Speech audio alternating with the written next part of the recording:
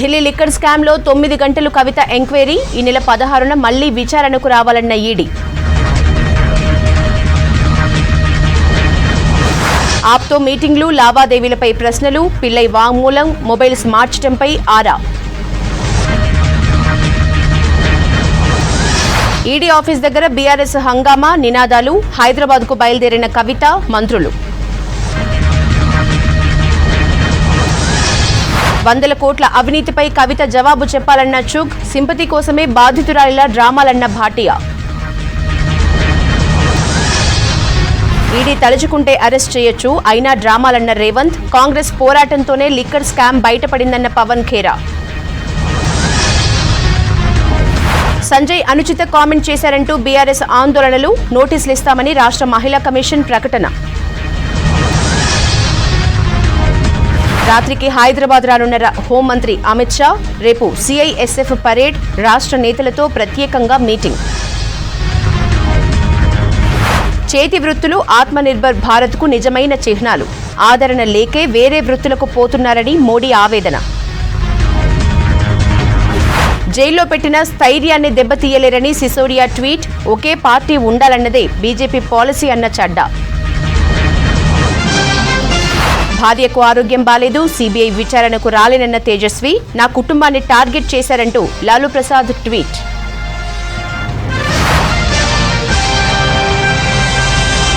News junction details చూద్దాం. 9 గంటల సుదీర్ఘ విచారణ, ఈడీ ప్రశ్నల వర్షం. ఎమ్మెల్సీ కవిత విచారణ సందర్భంగా అందరిలోనూ ఉత్కంఠ. అరెస్ట్ చేస్తారా అని డౌట్లు. ఢిల్లీ లిక్కర్ స్కామ్లో ఎమ్మెల్సీ కవితను ఉదయం 11:30 నుంచి 8 గంటల వరకు విచారణ జరిపారు ఈడీ అధికారులు. తిరిగి 16వ తేదీన ఎంక్వైరీకి హాజరు కావాలన్నారు. విచారణ నుంచి తుగ్లక్ రోడ్లోని కేసీఆర్ ఇంటికి వచ్చిన కవితకు హారతులిచ్చి స్వాగతం పలికారు మహిళా నేతలు. కాసేపటి క్రితం కవితతో పాటు మంత్రులు హైదరాబాద్కి బయలుదేరారు.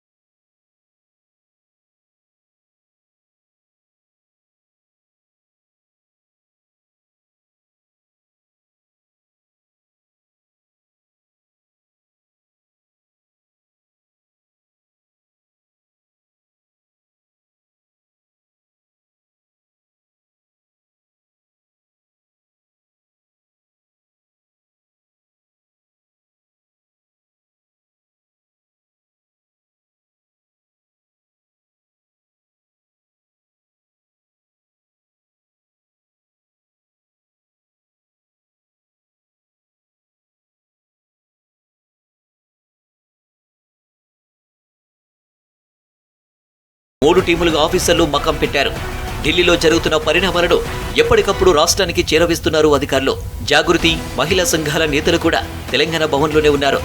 ఇక లీగల్ టీంతో పాటు అడిషనల్ ఏజీ రామచంద్రరావు కూడా అక్కడే ఉన్నారు.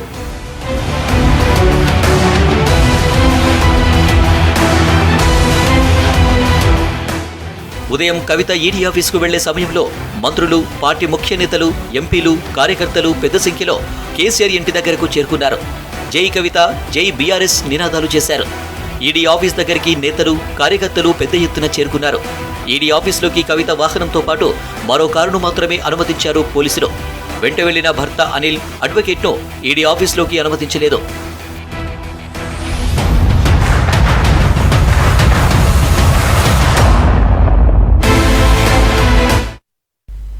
అవినీతి ఆరోపణలు వచ్చినప్పుడే కవితకు మహిళా సాధికారత గుర్తొచ్చిందా అని ప్రశ్నించారు కేంద్ర మంత్రి అనురాగ్ ఠాకూర్. లిక్కర్ పాలసీలో విజయ్ నాయర్కు కేజ్రీవాల్కు మధ్య ఉన్న సంబంధం ఏంటన్నారు. ఢిల్లీ లిక్కర్ స్కామ్లో 100 కోట్ల అవినీతి జరిగిందన్నారు తరుణ్ చుగ్.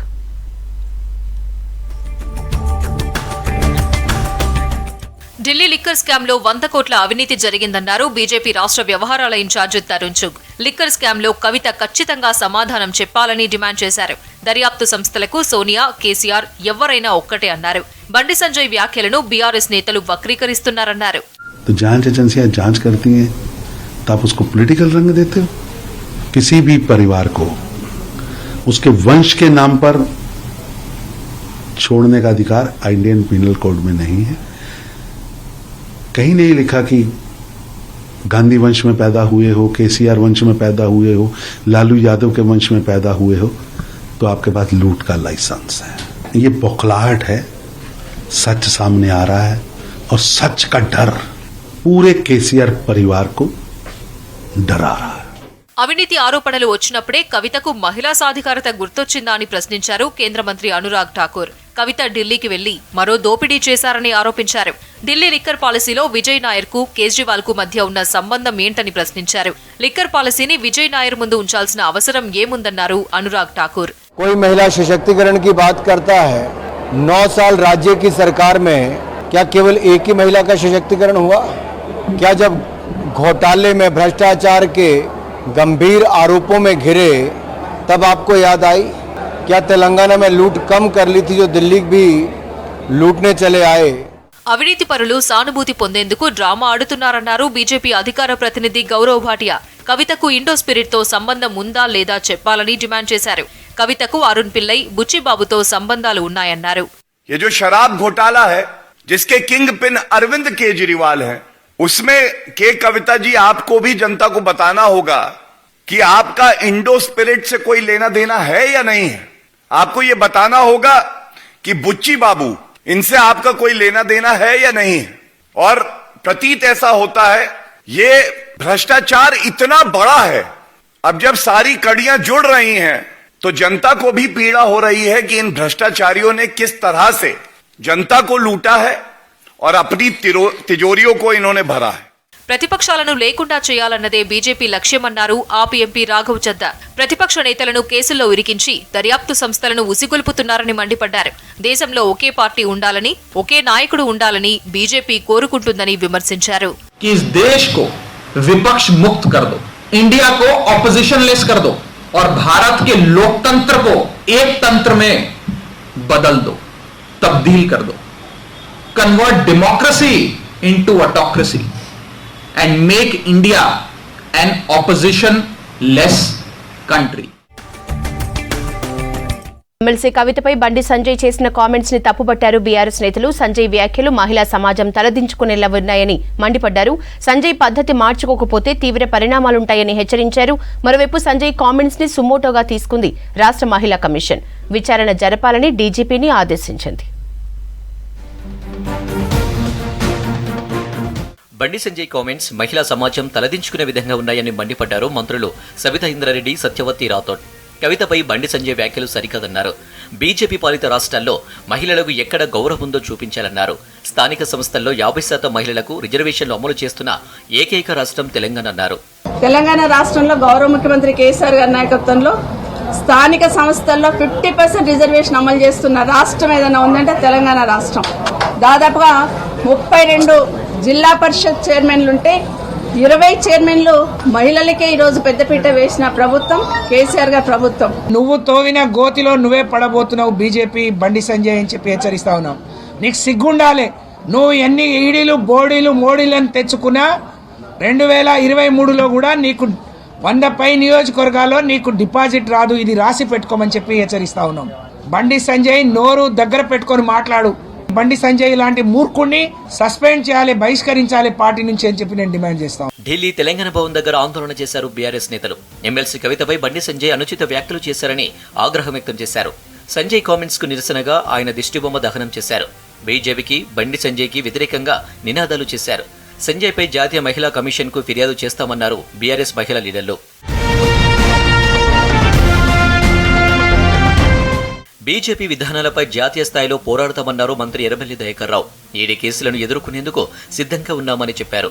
బండి సంజయ్ వ్యాఖ్యలపై గవర్నర్ స్పందించాలన్నారు. సంజయ్ పద్ధతి మార్చుకోకపోతే తీవ్ర పరిణామాలు ఉంటాయని హెచ్చరించారు మంత్రులు. సరే, కవిత గారి మీద కూడా మేము ఎదుర్కొందాం, సిద్ధంగా ఉన్నాం. దానికి ఎంతవరకైనా సిద్ధంగా ఉన్నాం. వాళ్ళకి సరెండర్ అయ్యే ముచ్చటే లేదు. బండి సంజయ్ గారు బీజేపీ నాయకులు మొదలే కవిత గారిని జైల్లో పెడతారు. ఇది మాకు ఈడీ నోటీసులో సిబిఐ నోటీసులు అనిపిస్తుంది, మోడీ గారి నోటీసులు అనిపిస్తాను. మా గవర్నర్ గారిని కూడా నేను దయచేసి రిక్వెస్ట్ చేస్తున్నాను. నువ్వు మహిళలకు అన్యాయం జరిగితే నువ్వు స్పందిస్తావని చెప్పావు. ఏం స్పందిస్తావు చెప్పు. కవితక్క మీద వాడు ఆ మాటలు మాట్లాడడం, అక్క చెల్లెలు లేరావానికి, వాళ్ళకి కూడా అక్క చెల్లెలు ఉన్నారు కదా, ఒక మహిళను చూడకుండా కూడా ఆ మాట మాడడం ఎంత దుర్మార్గం చర్య. తప్పకుండా వాళ్లకు షీపూర్ గడ్డలతోని బీజేపీ వాళ్ళని కొట్టి తరిమి కొడతామని కూడా ఈ మీడియా ద్వారా అందరు కూడా మనవి చేస్తున్నా. కావాలని కవితపై కేసులు పెట్టిస్తున్నారని మండిపడ్డారు ఎమ్మెల్యే దానం నాగేందర్. కేసీఆర్ ని మోడీ ఎదుర్కోలేక అక్రమ కేసులు పెడుతున్నారని ఆరోపించారు. కవిత జోలికి వస్తే తెలంగాణ అట్టుడికిపోతుందన్నారు బీఆర్ఎస్ నేత తలసాని సాయి. బీజేపీ నేతలను హైదరాబాద్ లో తిరగనివ్వమని వార్నింగ్ ఇచ్చారు. హైదరాబాద్ బషీర్బాగ్ ఈడీ కార్యాలయం ముందు బీఆర్ఎస్ నేతలు ఆందోళన చేశారు. నిన్న బండి సంజయ్ మాట్లాడుతూ కవిత గారి గురించి మరి ఏదైతే పదజాలాన్ని వాడారో, నేను బండి సంజయ్ గారిని కోరుతా, డిమాండ్ చేస్తా ఉన్నాను. అన్ని కండిషనల్ గా కవితక్క గారికి మీరు క్షమాపణ చెప్పాలని డిమాండ్ చేస్తా ఉన్నాం. మేము మిజోరం మనం మొదలు పెడితే తెలంగాణలో హైదరాబాద్ సిటీలో మీరు తిరగలేరని కూడా ఈ సందర్భంగా తెలియజేస్తా ఉన్నాను. రాజ్ భవన్ దగ్గర ఆందోళన చేపట్టారు బీఆర్ఎస్ మహిళా నేతలు. బండి సంజయ్ చేసిన కామెంట్స్ పై గవర్నర్ కు ఫిర్యాదు చేసేందుకు వెళ్లారు మహిళా లీడర్లు. అపాయింట్మెంట్ లేదంటూ పోలీసులు రాజ్ భవన్ లోపలికి వెళ్లనివ్వలేదు. దీంతో అక్కడే బైఠాయించి ఆందోళన చేపట్టారు నేతలు. బండి సంజయ్ పై చర్యలు తీసుకోవాలన్నారు మేయర్ గద్వాల విజయలక్ష్మి. బండి సంజయ్ గారు ఏదైతే వ్యాఖ్యలు చేశారో, ఒక గవర్నర్ గారికి ఒక లెటర్ విన్నతి పత్రం ఇవ్వడానికి మేమందరం వచ్చాము. ఇప్పుడు వరకు మాకు అపాయింట్మెంట్ అడిగితే ఇవ్వలేదు. ఆయన మాకు క్షమాపణ చెప్పాలి. బండి సంజయ్ కామెంట్స్ కు వ్యతిరేకంగా పలు జిల్లాల్లో బీఆర్ఎస్ నేతలు ఆందోళన చేపట్టారు. కొన్ని చోట్ల దిష్టిబొమ్మలను దహనం చేశారు. సంజయ్ పై చర్యలు తీసుకోవాలంటూ పోలీస్ స్టేషన్లో ఫిర్యాదులు చేశారు నేతలు. ఈడీ అనుకుంటే కవితను గంటలోపే జైలుకు పంపించొచ్చన్నారు పీసీసీ చీఫ్ రేవంత్ రెడ్డి. కావాలనే బీజేపీ బీఆర్ఎస్ డ్రామాలాడుతున్నాయని మండిపడ్డారు. కాంగ్రెస్ పోరాటం వల్లే లిక్కర్ స్కామ్ లో కదలిక వచ్చిందన్నారు ఏఐసీసీ అధికార ప్రతినిధి పవన్ ఖేరా. ఎంపీగా ఉన్నప్పుడే మహిళా బిల్లుపై కవిత ఎందుకు మాట్లాడలేదని ప్రశ్నించారు రాష్ట్ర కాంగ్రెస్ ఇన్ఛార్జ్ మాణిక్రావు ఠాక్రే.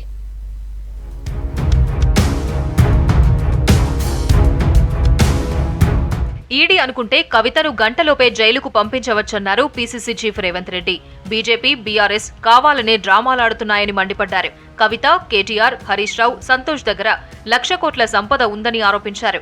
పాదయాత్రలో భాగంగా జగిత్యాల జిల్లాలో మాట్లాడారు రేవంత్ రెడ్డి. తెలంగాణలో కూడా ఎంతసేపు ఉన్నాయి ఈ లిక్కర్ గురించే. ఆల్రెడీ లంచం ఇచ్చిండ్రు అంటున్నారు, తీసుకున్న వాళ్ళు అంటున్నారు, మొత్తం చెప్పారు.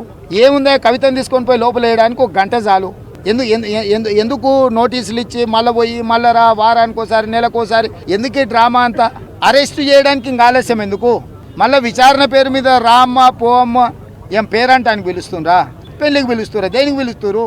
కేసీఆర్ అధికారంలోకి వచ్చాక షుగర్ ఫ్యాక్టరీ మూతపడిందన్నారు రేవంత్ రెడ్డి. ఆత్మగౌరవంతో బ్రతికే రైతులను ఆత్మహత్య చేసుకునే పరిస్థితికి తెచ్చారని మండిపడ్డారు. 3 లక్షల కోట్లు బడ్జెట్ ఉన్న చక్కెర కర్మాగారాన్ని నడపలేరా అని ప్రశ్నించారు. మల్లాపూర్ మండలం ముత్యంపేటలో మూతపడిన షుగర్ ఫ్యాక్టరీని పరిశీలించి రైతులకు ఎదురవుతున్న ఇబ్బందులను అడిగి తెలుసుకున్నారు. చివరికి నాకు తెలిసినంత వరకు ఈ గేట్ దగ్గరనే కల్వకుంట్ల కవిత గారు వచ్చి 100 రోజుల్లో ఇక్కడ పరిశ్రమను తెరిపిస్తాం, మూతేసిన పరిశ్రమ అని అన్నారు. మూత ఎవరేసిందా? ఉమ్మడి రాష్ట్రంలో సమైక్య పాలకులు వేయలే, కాంగ్రెస్ పార్టీ అంతకంటే మూత వేయలే. ఉమ్మడి రాష్ట్రంలో సీమాంధ్రులు ముఖ్యమంత్రి ఉన్నాయి, పరిశ్రమ నడిచింది. ఇక్కడ రైతులకు ఇక్కడ చక్కెర కర్మాగారాలను అందుబాటులో పెట్టి నడిపించారు, మూతేయలే. చంద్రశేఖరరావు వచ్చిన మరుక్షణం చేసిన పని ఏందయ్యా అంటే ఈ చక్కెర కర్మాగారాలను మూతేసి శాశ్వతంగా ఇక్కడి రైతులను సమాధి చేసిండు. కాంగ్రెస్ పోరాటం వల్లే లిక్కర్ స్కామ్ లో కదలిక వచ్చిందన్నారు ఏఐసీసీ అధికార ప్రతినిధి పవన్ ఖేరా. కవిత ఎంపీగా ఉన్నప్పుడు పార్లమెంటులో మహిళల హక్కుల కోసం ఎన్నిసార్లు మాట్లాడిందన్నారు. హైదరాబాద్ గాంధీ భవన్ లో జరిగిన పార్టీ సోషల్ మీడియా సమావేశంలో పవన్ ఖేరాతో పాటు రాష్ట్ర కాంగ్రెస్ ఇన్ఛార్జ్ మాణిక్రావు ఠాకరే మాట్లాడారు. वो महिला आज महिला आरक्षण के लिए लड़ाई लड़ रही है. जिस राज्य में आपकी पार्टी की हुकूमत है उसमें तो आपको और कोई महिला नहीं मिलती. आप खुद अपनी फोटो लगाए घूम रही होती हैं. जब ईडी और सीबीआई दरवाजे पे दस्तक दे रही हो तो आपको अचानक महिला आरक्षण याद आ जाता है. पैसों के आधार पे गरीब आदमी का पैसा लूट कर जो राजनीति टीआरएस कर रही है ये सभी जनता को अभी पता चल चुका है.